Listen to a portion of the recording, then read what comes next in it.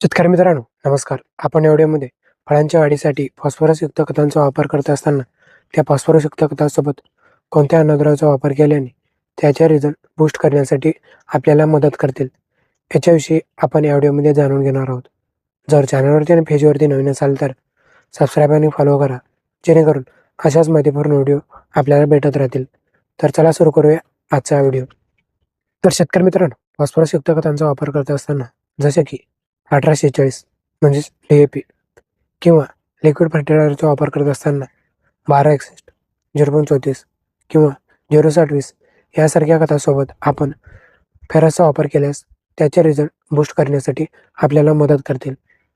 जसे की आपण पोटॅशचे रिझल्ट वाढवण्यासाठी मॅग्नेशियमचा वापर करतो, तसेच आपण फॉस्फरसयुक्त खतांचे रिझल्ट वाढवण्यासाठी आपण त्यामध्ये फेरसचा वापर करू शकता. तर शेतकरी मित्रांनो, फेरसचा वापर करत असताना त्यामध्ये आपण सल्फेट फॉर्ममधला फेरस न वापरता चिलेटेड फॉर्ममधले फेरस वापरू शकता, जे की बाजारामध्ये 12% मध्ये उपलब्ध आहे. तर शेतकरी मित्रांनो, 1 किलो फॉस्फरसयुक्त खतासोबत आपण 50 ते 100 ग्रॅम चिलेटेड फेरसचा वापर करू शकता. तर शेतकरी मित्रांनो, अशाच माहितीसाठी आपल्या पेजला फॉलो करा. माहिती आवडल्यास लाईक, शेअर आणि सबस्क्राईब करा. धन्यवाद.